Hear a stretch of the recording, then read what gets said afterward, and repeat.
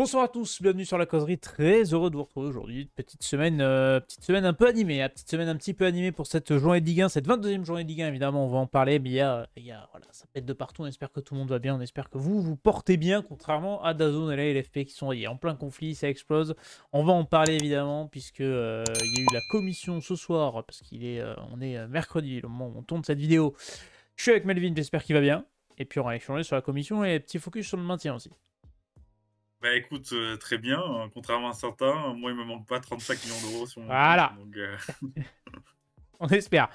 Et c'est vrai que ça va être le bon sujet de la journée. Alors, le bon sujet, il n'y a pas que ça, évidemment. Mais ça va faire partie des choses dont on va échanger. On a la 22e journée de Ligue 1, Guillaume Blanc. Et on va faire un petit focus sur le maintien, puisqu'on a eu des infos sur Saint-Etienne cette semaine, notamment de la part de Romain Molina.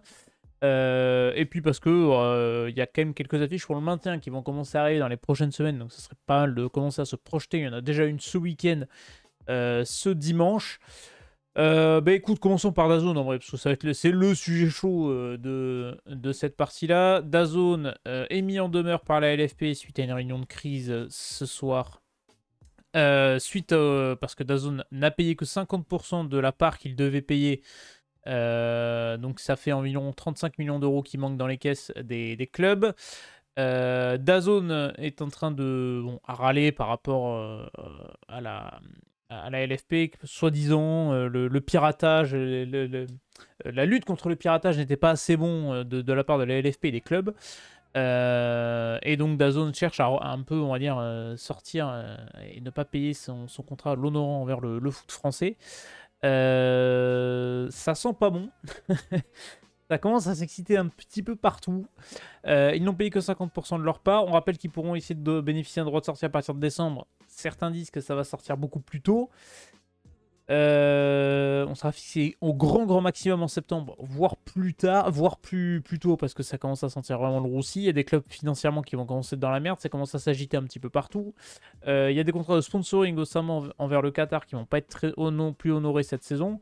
Bon, on l'avait un peu prédit, on en avait parlé un petit peu de DAZN ces dernières semaines. Ça continue là. C'est le festival. Hein. ouais, la suite de cette histoire tragique en fait qui a jamais bien, qui a jamais bien démarré, avec des déclarations, voilà, notamment sur les prix qui étaient assez exorbitants, en tout cas pour le niveau de la Ligue 1. Et ben on a entre guillemets, voilà, finalement ça a baissé les prix, mais en soi, tu as la mauvaise image qui est restée, donc déjà ça côté DAZN, ça va mal. On a bien compris que ça fait quand même, déjà sur la on va dire, comment la Ligue 1 est traitée.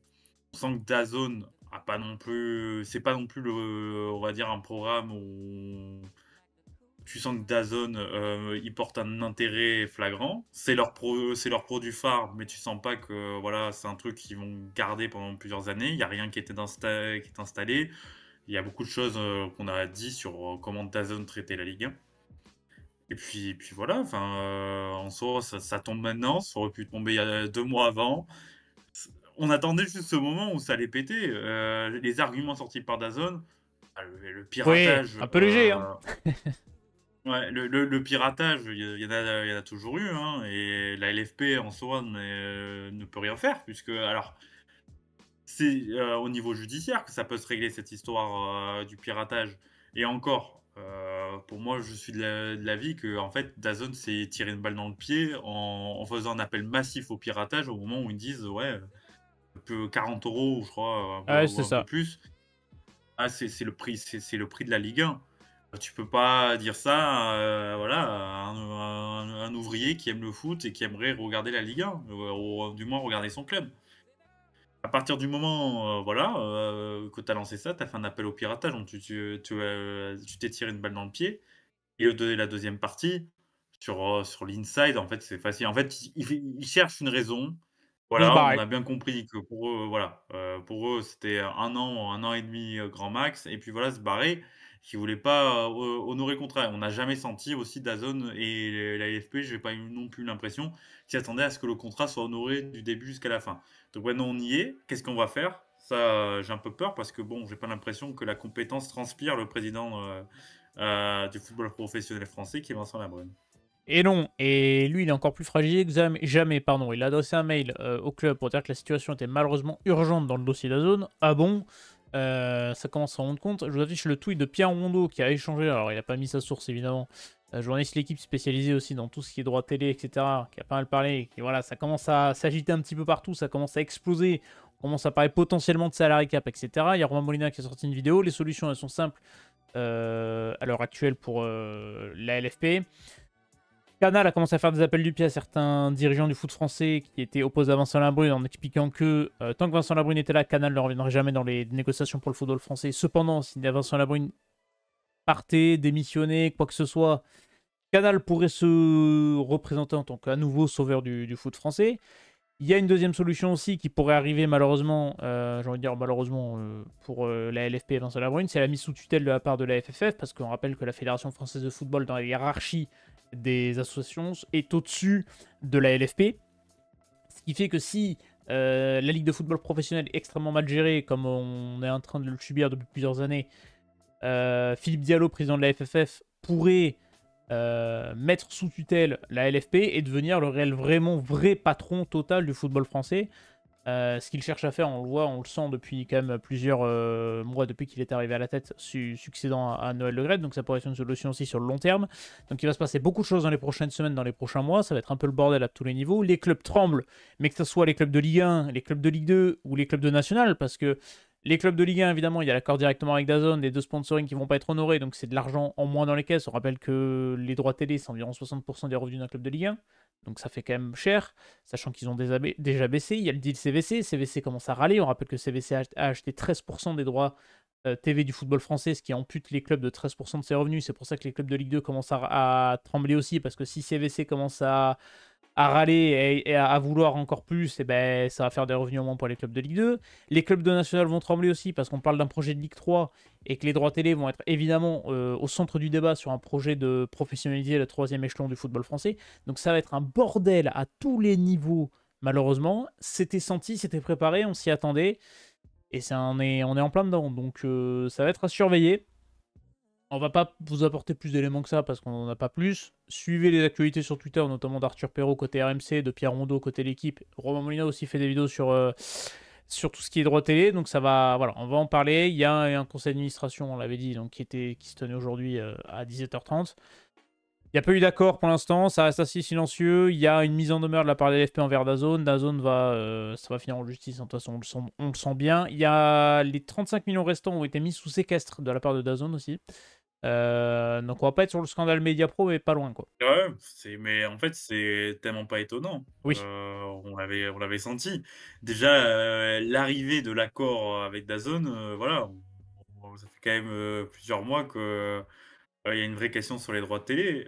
Aujourd'hui, quand tu vois, les contrats, on va dire, alors record pour la Bundesliga, la première ligue qui reste un niveau haut, tu te dis qu'à un moment donné, c'est bien facile de dire: «Ah ouais, les droits de TV, vous savez, c'est compliqué aujourd'hui». Non, non, c'est juste que, ton produit, tu le vends mal, il y a pas de remise en question et de 2, bah, voilà, l'incompétence, Ah oui.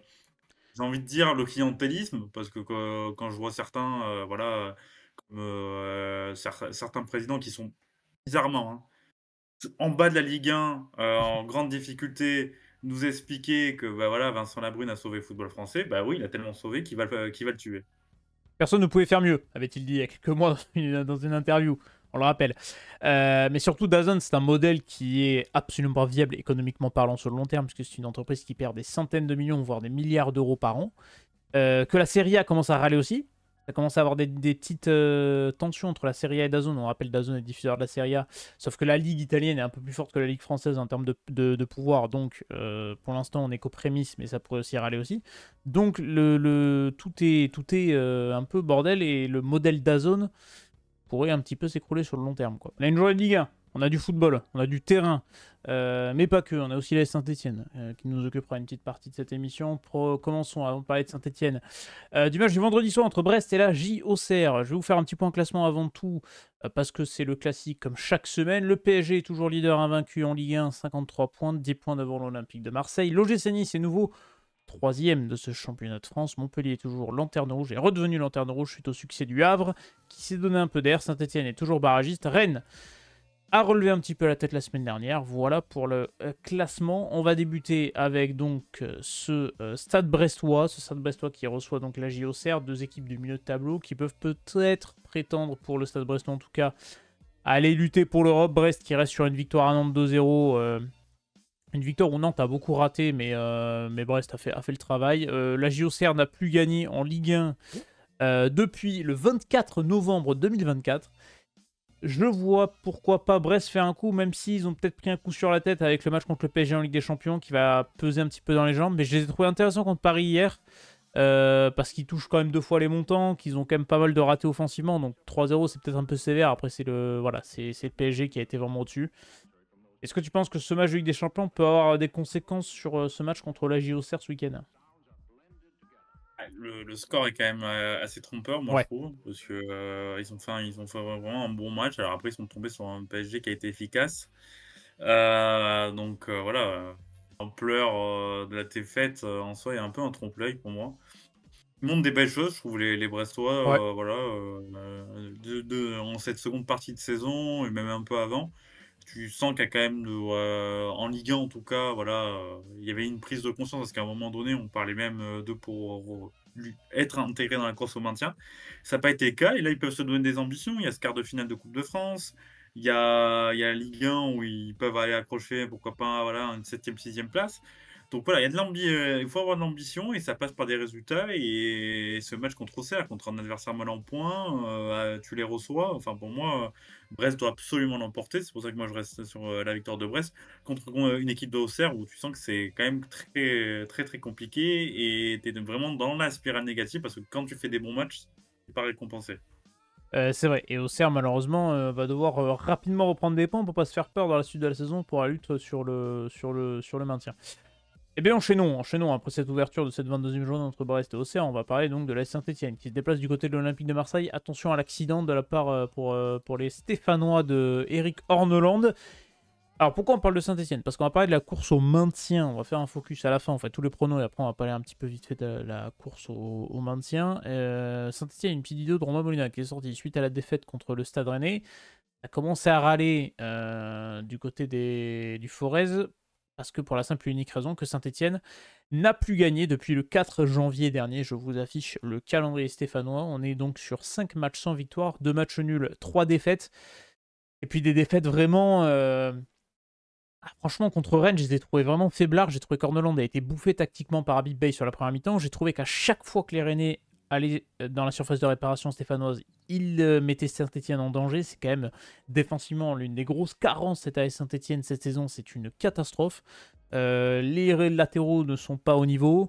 La défense centrale est quand même vraiment sous pression à chaque fois. Et puis, tu étais en danger. Tu étais toujours en infériorité numérique, que ce soit défensivement ou offensivement. C'était assez impressionnant sur le match contre Rennes.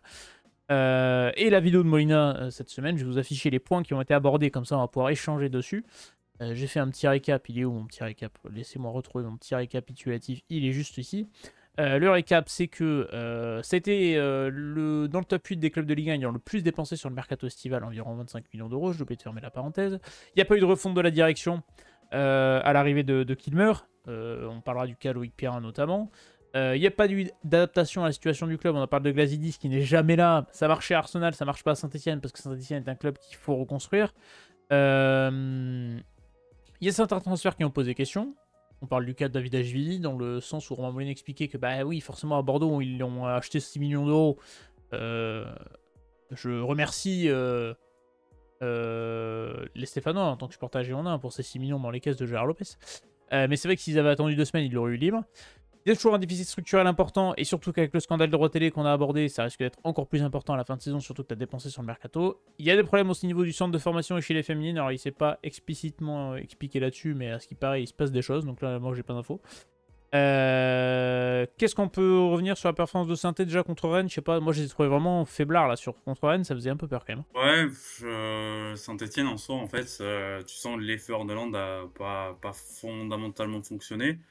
Par manque de recrutement pour moi, parce que cet effectif est trop faible aujourd'hui pour ne faire qu'autre que lutter pour le maintien et vraiment lutter pour le maintien en étant vraiment en difficulté. Donc voilà, moi ça m'étonne pas, on aurait pu mettre Pep Guardiola, ça serait pareil. Le recrutement pour moi, il a été raté dans le sens où je pense qu'il fallait une meilleure refonte. Tu prends Maxime Bernauer, alors qui est plutôt un bon joueur et qui je pense est hors compatible par rapport à ses qualités de relance. Mais après voilà, derrière c'est light quoi. Mais Il y a pas de c'est surtout que, enfin, c'est des mecs que, regarde, je sais pas, Boaké, t'as mis une demi-saison à le faire jouer, tu l'as payé 3 millions. Cornude, 1 million, d'accord, mais bon, il était blessé, mais franchement, les performances, elles sont pas fantastiques. Abdelhamid, je sais pas quel est son salaire, honnêtement, et les performances sont pas bonnes. Davidashvili, 6 millions. À Bordeaux, je peux vous confirmer qu'il n'y a pas eu d'autre offre pour Davidashvili et que c'était acté déjà avant le match de Pau que le mec devait partir. Alors, s'il devait acter que ça devait partir à Saint-Étienne, je ne sais pas, mais en tout cas, c'était acté avant le match de Pau, dernier jeu de Ligue 2, que le mec devait partir de Bordeaux. 6 millions d'euros. Il est d'une irrégularité assez folle et on le sait. T'aurais pu attendre 2 semaines et l'avoir gratos, mais t'as préféré payer 6 millions. Lucas Tassin, 10 millions. Il avait une demi-saison avant de vraiment se mettre dedans. Alors, il n'était pas Dalloglio compatible, je peux comprendre. T'as aussi des recrues que t'as pas vu, quoi. Je veux dire, là, le Serbe, je vais pas prononcer son nom par respect parce que je vais mal le prononcer, mais 0% de temps dans l'11 de départ, 1% des minutes jouées cette saison. Il a payé 3 millions d'euros. C'est la quatrième recrue la plus chère du mercato. Il est où? Qui est ce mec? t'as fait des paris, enfin il y a des choses qui voilà. Je trouve en fait je suis déçu parce que par rapport à l'arrivée de Kilmer, moi je m'attendais alors pas non plus voilà, je m'attendais quand même à un recrutement parce que oui, tu besoin de renforcer sportivement un effectif qu'on rappelle n'a pas survolé la Ligue 2 hein, Oui. loin de là. Donc à partir de là, moi j'ai trouvé le recrutement assez light. Ça a continué cet hiver parce qu'en soi, les arrivées, Cardona, il y a toujours l'interrogation sur son niveau en Ligue 1. Arnauer, pareil, il découvre la Ligue 1. Heu, Et pas apporté, pour moi des recrues où tu te dis: «Face à ça, tu franchis quelque chose, tu franchis un palier et tu peux, ton effectif est meilleur que celui que tu avais au 1er janvier». ils ont peut-être sous-estimé la Ligue 1, les dirigeants stéphanois, mais il y a aussi un problème de refonte au niveau de recrutement en termes de direction, parce que c'est ce qui était évoqué notamment. Quand tu sais que Loïc Perrin a été beaucoup remis en question en termes de club, quand tu sais le bordel que c'était en interne à Saint-Etienne sous Romeyer et Cayazo, et que tu te dis il n'y a pas eu énormément de changements en termes de direction, tu as juste rajouté des mecs en plus, Kilmer est venu avec ses hommes, mais a pas non plus fait le turnover qu'il faut pour relancer un nouveau projet. Il y a quand même beaucoup de questions. Alors s'ils ont sous-estimé la Ligue 1 en termes d'effectifs, recrutement sportif, est-ce qu'ils ont sous-estimé Saint-Etienne en se disant qu'il n'y avait pas tant que ça à reconstruire alors qu'en fait tu as beaucoup de choses à modifier en interne? Je sais pas. Mais j'ai l'impression qu'ils commencent à s'en rendre compte. Est-ce que c'est pas déjà trop tard? Parce que si tu tankes pas ta première saison en Ligue 1 et que tu redescends en Ligue 2, bah dans les caisses ça va faire un trou. Hein, parce que Saint-Etienne, on rappelle, perd 25 millions par saison. Là en plus, tu as les droits télé, tu as dépensé des quelques millions d'euros. Bah, tu risques de perdre plus en termes de déficit structurel à la fin de saison. Donc financièrement, bah, si tu te mets déjà dans le rouge au bout d'une saison, bah, peut-être que tu vas fermer les vannes plus vite et que du coup ça risque de faire un petit peu pchit.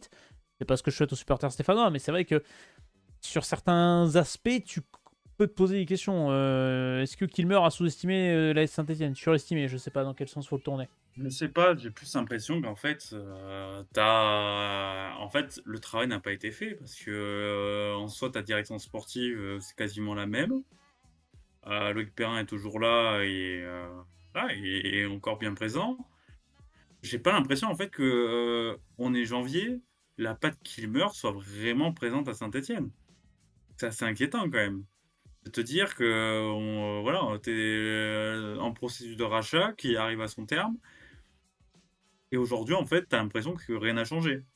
Alors que tu as de nouveaux actionnaires, tu as peut-être moyen de travailler différemment, de partir sur autre chose et là, en fait, tu as accumulé les paris de joueurs, voilà, de divers contrées, voilà, ça recrute un peu partout.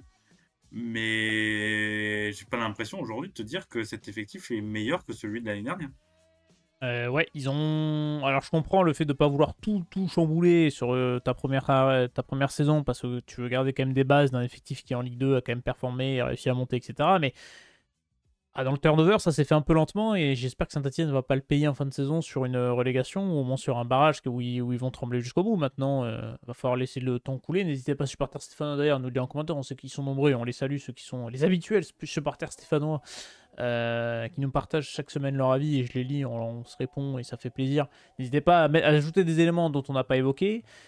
Dans cette course à la montée, non, au maintien, où est-ce que tu situes Saint-Etienne? Est-ce que tu penses qu'ils sont à leur place? Est-ce que tu les vois faire... Moi, je les vois peut-être rester barragistes, en fait. Parce que je vois Le Havre et Montpellier, ouais, ils vont se donner de l'air, mais je les vois quand même un ton en dessous. T'as ce problème défensif, parce qu'à part Montpellier, personne n'a pris autant de buts que toi. Mais t'es quand même en dessous d'un Nantes, d'un Reims, et même d'un SCO d'Angers, quoi. Et puis aujourd'hui, même je m'inquiéterais du Havre et de Montpellier parce que t'es pas non plus. Ils enchaînent, ils enchaînent les défaites. Alors le Havre, non, avec cette victoire contre Lille, mais t'enchaînes quand même les mauvais résultats. Donc à partir de ce moment, t'es aussi pas à l'abri de tomber directement. Moi, je pense que barragi, ça serait déjà bien pour Saint-Etienne. S'ils se maintiennent derrière, même si ça sera compliqué contre le troisième, quatrième ou cinquième de Ligue 2, ça sera déjà bien parce que par rapport à ton recrutement, tu peux pas espérer mieux aujourd'hui pour Saint-Etienne. Tu t'es pas donné les moyens et je pense que cet hiver, il y avait quand même voilà, d'aller chercher peut-être 2 autres recrues supplémentaires pour permettre à ton groupe, on va dire, déjà de le réoxygéner et peut-être apporter des éléments en plus pour que Orneland en soit, puisse asseoir sa méthode avec plus de consistance. Bah, ça n'a pas été le cas. Et donc aujourd'hui, oui, Orneland, il va tenter de faire tourner le Ouais. compteur point, mais il est confronté aux mêmes difficultés qu'Olivier Dalloglio auparavant. C'est ça, l'effectif a pas non plus. Et puis en plus, t'as perdu certains mecs qui s'étaient mis en avant. Je pense à Mougou, mais là, fallait faire peut-être rentrer des liquidités. Donc je peux comprendre le fait de le vendre, même si c'est un peu dommage d'avoir vendu à Mougou à Chelsea alors qu'il avait fait une demi-saison. T'as les matchs à Marseille ce week-end. J'ai peur qu'au Vélodrome, ils prennent une tournante hein, quand même. Même si Marseille a pas toujours été impérial à domicile. Ça reste quand même un ton au-dessus. Et voilà, j'ai hâte de voir ce duel Orneland de Zerbi. Et là, le problème, c'est que derrière, sur les 4 prochaines journées après Marseille, c'est Angers, adversaire direct, Le Havre, Montpellier, adversaire direct, et au milieu, tu as l'OGC Nice qui, en Ligue 1, performe. Donc là, mi-mars, tu seras fixé et ça sera coup près pour Saint-Étienne, hein, savoir à quel point ça va être difficile ou pas. Est-ce que tu les vois à Marseille faire quelque Absolument chose? pas. Non. Bon, bah voilà. Absolument pas. Ouais, par rapport à l'OM qu'on voit depuis plusieurs semaines, ce serait vraiment un bel exploit de ramener ne serait-ce un match nul. On n'a pas parlé de Marseille qui a gagné contre Angers alors qu'il y avait une première période compliquée. Il y a eu la première de Benacer qui était plutôt bonne. C'est vrai qu'on n'a pas parlé de l'OM, mais l'OM a quand même fait le travail et continue d'avancer. Et ça semble être vraiment la deuxième force de ce championnat, surtout qu'ils n'ont pas de compétition à jouer autre que ça. Donc voilà, supporters de Saint-Etienne, n'hésitez pas en commentaire. Ne vous bringuez pas si non, ne vous énervez pas. Je vais y arriver. Si on a mis votre équipe perdante et si on est un peu pessimiste envers la Saint-Etienne. Mais c'est vrai que peut se poser quand même 2-3 questions et on verra ce qui va advenir de la suite de la SSE. Monaco reçoit le FC Nantes. Et ben voilà, un autre candidat pour le maintien. Je parle pas de l'AS Monaco, je parle du FC Nantes évidemment. Monaco qui va jouer en Ligue des Champions ce soir contre Benfica. On n'a pas vu le match, donc on pourra pas savoir, on pourra pas tenir compte et rigueur de cette performance-là. Le FC Nantes, par contre, lui, n'a pas de Ligue des Champions cette semaine. Ça fait bien longtemps qu'ils n'en ont pas eu, malheureusement pour les supporters. Mais cet AS Monaco a quand même pris une belle drill au parc la semaine dernière. Défaite 4-1 avec notamment le premier but de Kvara. Monaco qui n'arrive pas à enchaîner. Nantes, pareil, hein, c'est compliqué niveau enchaînement. Ils ont plus enchaîné deux victoires consécutives depuis. Bah, je crois qu'ils l'ont jamais fait cette saison. Voilà, ça confirme. Je vois affiche le calendrier nantais. Pareil, Nantes dans cette course au maintien. Bon, j'ai envie de dire, chaque année on voit Nantes dans la course au maintien arriver au bout d'un moment. Et en fait, ils ont cette expérience-là et ce truc pour aller chercher les petits points grattés comme ça pour se maintenir, quoi. Ça va être pareil cette saison. Ouais, mais encore une fois, honnêtement, quand on parle de club mal géré, Nantes, c'est l'exemple type. Ton Gamboire est toujours là. J'ai l'impression qu'il va enchaîner 15 défaites d'affilée. Ils seront toujours en Ligue 1 l'année prochaine. Voilà, on pensait qu'il y avait un peu de mieux parce qu'ils étaient sur une série de matchs nuls bonifiés avec cette victoire contre Reims. Mais voilà, contre un adversaire en forme, ils n'ont pas fait le poids du tout. Et quand tu vois les 3 prochains adversaires, j'ai très peur qu'ils font pas le poids non plus. À Donc 3, j'irais même 5. Hein. voilà. Parce que, bon, en fonction de Strasbourg, mais t'as Lille aussi derrière, en fonction des formes, ça peut être compliqué aussi. Hein, donc, Voilà. Après, ils nous ont fait souvent mentir contre les gros. c'est vrai. Avec cette capacité d'aller chercher quelques points avec ce bloc très bas. Maintenant, ouais, je pense que ça va un peu craquer et que là, ça va être dans une spirale assez négative. Donc, moi, je vois Monaco l'emporter assez facilement. Pour l'efficience, il y a eu beaucoup de ratés, hein, d'efficacité, manque d'efficacité la semaine dernière face à Brest. Hein, quand même, c'était assez criant. Mais tu sais quoi, je vais mettre la carte du match nul. Bon, allez. Je sais pas pourquoi ce FC Nantes là, j'arrive pas à le. Je pense qu'il profite aussi de la faiblesse de la Ligue 1 pour se maintenir. Parce que je pense qu'on a un championnat un peu plus relevé. Malheureusement, Nantes, il y a plusieurs saisons qu'ils auraient pu avoir encore un peu plus chaud aux fesses. Parce que. Il y a plusieurs saisons qu'on passe pas loin et que l'effectif est jamais renouvelé, et que c'est assez court et que c'est compliqué. Donc. Mais bon, on verra. Et contre Monaco, on verra ce match de Ligue des Champions pour les Monégasques qui vont peut-être jouer. Toulouse reçoit le Paris Saint-Germain samedi soir. Bon, je pense qu'on va être rapide là-dessus parce que je vois Paris s'imposer. Je trouve que le PSG vraiment là a passé un step en 2025. C'est assez impressionnant. Bon, ils sont toujours invaincus en Ligue 1. Ça marche, ça fonctionne, ça performe. Toulouse joue affiche son calendrier, n'a plus gagné depuis le 5 janvier dernier, la victoire à Lens. Et ça a enchaîné depuis 5 matchs sans victoire. Et donc 2 matchs nuls consécutifs tout de même. Contre Nice et à Auxerre. Bon, je pense qu'on va passer rapidos là-dessus parce que Paris va gagner. Oui, largement. J'ai envie de te dire. Voilà, ils sont en très grande forme. Honnêtement, voilà, tout tourne en leur faveur. Et je pense que ça continuera avec ce match contre des Toulousains qui sont un peu plus dans le dur en ce moment. Est-ce que tu vois Paris finir la saison invaincu en Ligue 1? Bon, c'est pas l'objectif, mais c'est un petit défi sympa. C'est possible, hein. C'est possible aujourd'hui parce que, mine de rien, ils sont toujours en course. On ne cesse de rappeler que la Ligue 1, quand même, a un niveau assez faible. Moi, j'ai envie de te dire que oui, il y a moyen que ça continue comme ça. En tout cas, je vois pas Toulouse, malheureusement, aller mettre fin à cette série. Donc Toulouse mettra fin à cette série. On en reparlera Ils, la vont... semaine prochaine. Ils nous feront mentir, tu vas voir qu'ils vont gagner 1-0 sur un but de Joshua King et on va pleurer. Enfin, on va pleurer, non, je m'en fous, mais on va avoir tort et ça va nous faire rire. Le Paris Saint-Germain n'a perdu aucun de ses 21 premiers matchs d'une saison de Ligue 1, 16 victoires et 5 matchs nuls. Cette saison, c'est la troisième fois de son histoire après la saison 85-86 et 2015-2016. Voilà pour la petite statistique. Sur le PSG qui a été encore une fois très bon contre Brest hier. Voilà. Lyon qui va à Montpellier. Voilà un nouveau candidat au maintien, le MHSC. Qui est passé lanterne rouge malheureusement la semaine dernière suite à la victoire du Havre. Montpellier et Lyon, ça va être un match assez relevé parce que Lyon a sorti une belle victoire contre Reims. On parlera du Stade de Reims après parce que ça fait vraiment peur. Montpellier, ça reste sur 2 défaites consécutives. C'est vrai que c'est à Strasbourg. Chercher l'adversaire de Montpellier la semaine dernière. C'est à Strasbourg. Encore une fois, ils ont pris un but très tôt, Montpellier. Hein. Montpellier, c'est catastrophique. Les entames et les fins de match, c'est quand même cette saison ta bête noire. Hein. C'est lui-même et c'est ses entames. T'as l'impression que le sort en soi s'acharne ou que tu provoques le fait que le sort s'acharne. C'est dommage parce que là, tu sens qu'ils repartent sur une série négative alors que ça allait un peu mieux. Il y a eu des beaux succès, mais là, c'est vrai que tu sens que Montpellier, c'est inexorable. C'est terrible à dire, hein, Ouais. mais tu sens que c'est inexorable et que c'est la saison où tu vas descendre. Tu peux essayer tout, et j'ai l'impression, après, ils sont pas morts loin de là, hein, pas du fait de la faiblesse des autres. Mais tu sens quand même que s'il y a une saison pour que tu tombes en Ligue 2, c'est celle-là.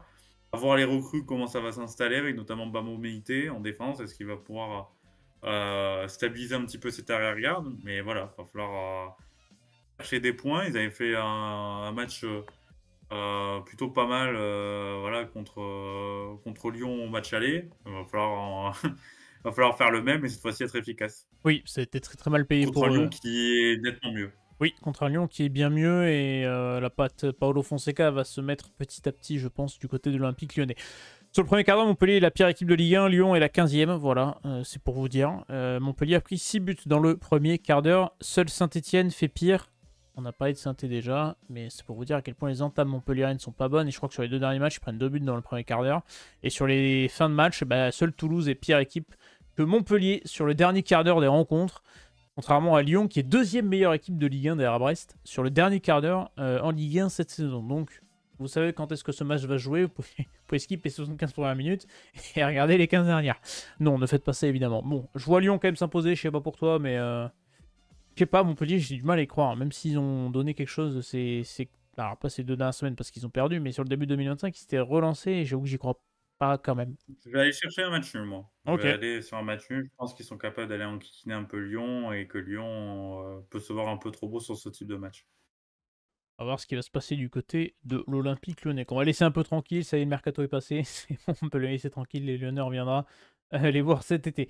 Ils ont fait un très bon match contre Reims, Oui, faut le noter, c'est vrai. 4-0. Alors contre un adversaire en difficulté, mais j'ai trouvé dans la gestion face à un bloc bas, assez impressionnant. C'est ça qui m'a marqué le plus.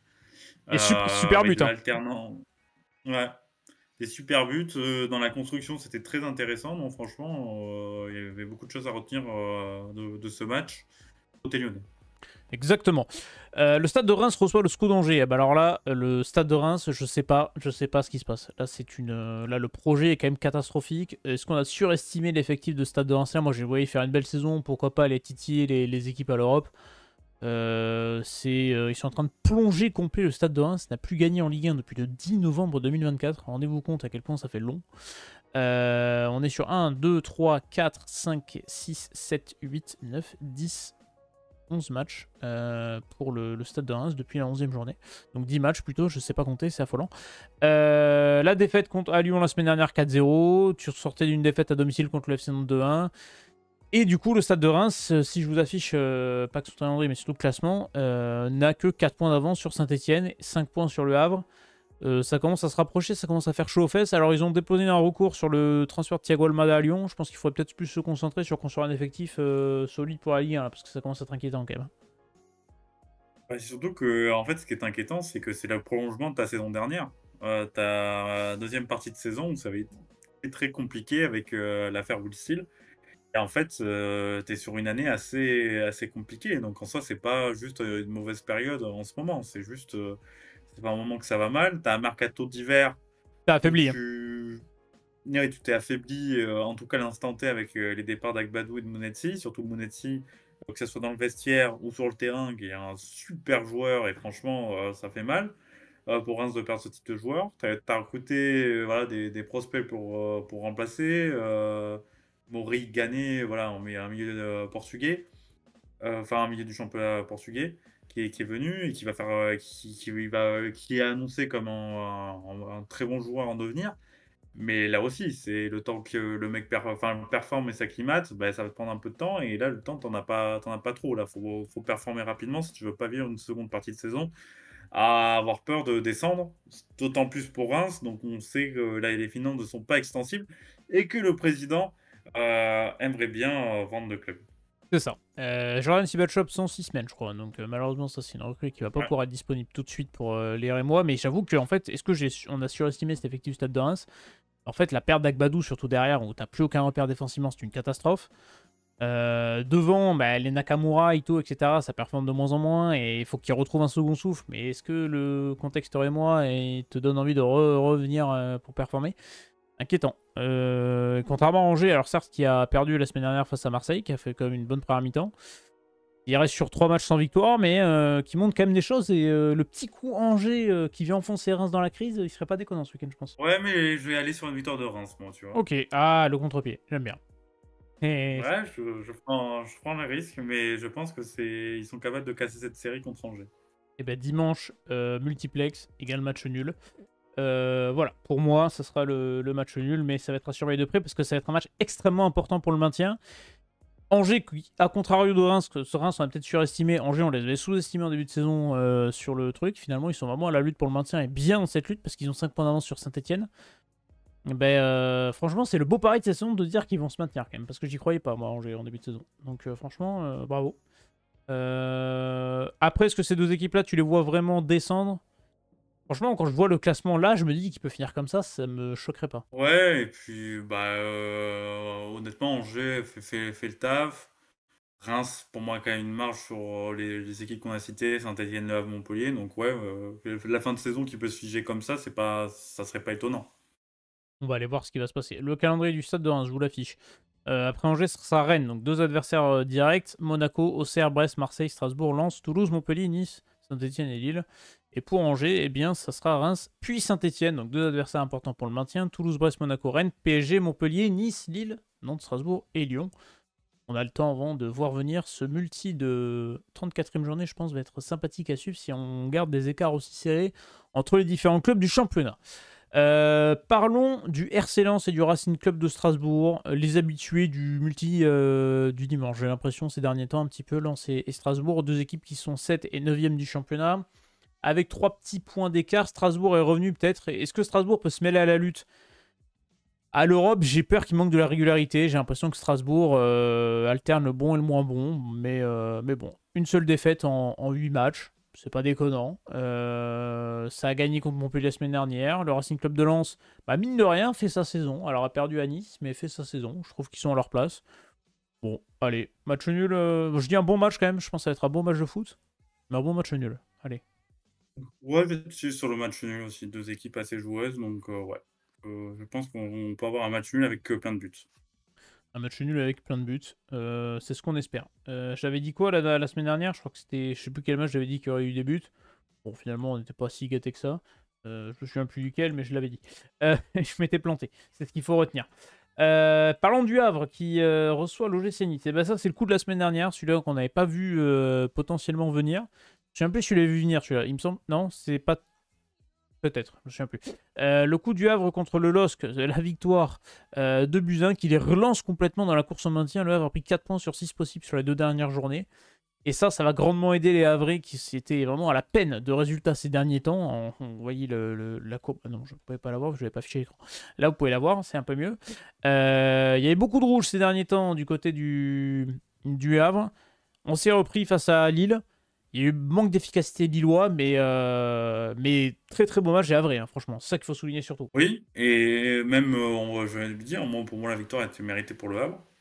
Il a vraiment fait un très bon match qui était assez étonnant. Alors, les recrues qui ont fait du bien, je pense. Voilà, oxygéner un petit peu le groupe comme ils ont fait, ça n'a pu être que bénéfique. Et puis les recrues t'apportent quelque chose à court terme. Ça, c'est intéressant. Hassan fait du bien. Diawara au milieu de terrain se montre aussi. Franchement, voilà. Je trouve que cette équipe est peut-être un peu plus armée dans cette lutte pour le maintien. Maintenant, il va falloir confirmer. Et c'est vrai que le match contre Nice tombe un peu au mauvais moment parce que tu aurais affronté un concurrent direct. Peut-être que ça aurait pu te lancer une belle série là contre Nice, ça va être assez compliqué parce que Nice elle est quand même très en forme aussi. Nice qui a repris la place sur le podium, enfin qui a pris la place sur le podium grâce à la victoire face au Racing Club de Lens. Et surtout, Nice a une possibilité de faire des beaux points parce que c'est 3 adversaires pour le maintien qui sont sur le papier en dessous de toi. Après, on ne sait jamais, les surprises en Ligue 1, vous le savez, mieux que personne, ça peut arriver. T'as 3 adversaires qui sont normalement, tu peux faire un 9 sur 9 pour Nice, ça serait pas déconnant quoi. Surtout que tu n'as plus rien à jouer cette saison. Nice candidat pour le podium, ça peut être pas déconnant. Ouais, ouais, et assez étonnant parce qu'on Oui, parle de clubs qui ont des difficultés de gestion. Nice, c'est encore pire, il n'y a pas de gestion.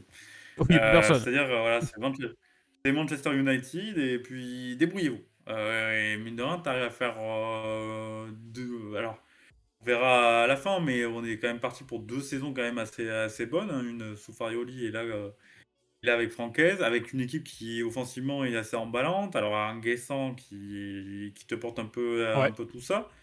Mais franchement, c'est Nice est pour l'instant la bonne surprise de la saison parce qu'on avait un peu des craintes par rapport au changement de projet et pour l'instant c'est plutôt efficace. Et moi je vais aller sur la victoire de Nice pour confirmer. Malheureusement pour les Havrais, j'aimerais bien qu'ils prennent un point.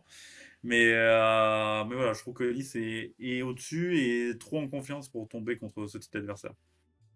Le Havre, faudra pas les enterrer pour le maintien. C'est quand même Non, l'antépénultième. loin de là. Ouais, loin de là, finalement. C'est quand même l'antépénultième défense qui va affronter la 3e meilleure attaque. Donc attention, quand même. Même si, voilà, je pense que le Havre, c'est pas le genre de match-là où on va les attendre. Ça va être qu'on est les candidats au maintien. À noter que pour Nice, Terren Moffi, Morgan Zonson ont repris l'entraînement collectif cette semaine. Donc ça peut aussi être des ajouts sur la fin de saison qui peuvent Force jouer. vive. Ouais, qui vont être intéressants. Je vais jouer Force vive qui vont faire du bien. et également la victoire de Nice ce week-end. Et puis on va passer au dernier match de cette 22e journée de Ligue 1. Prime time dimanche soir, c'est le Stade Rennais qui reçoit le LOSC.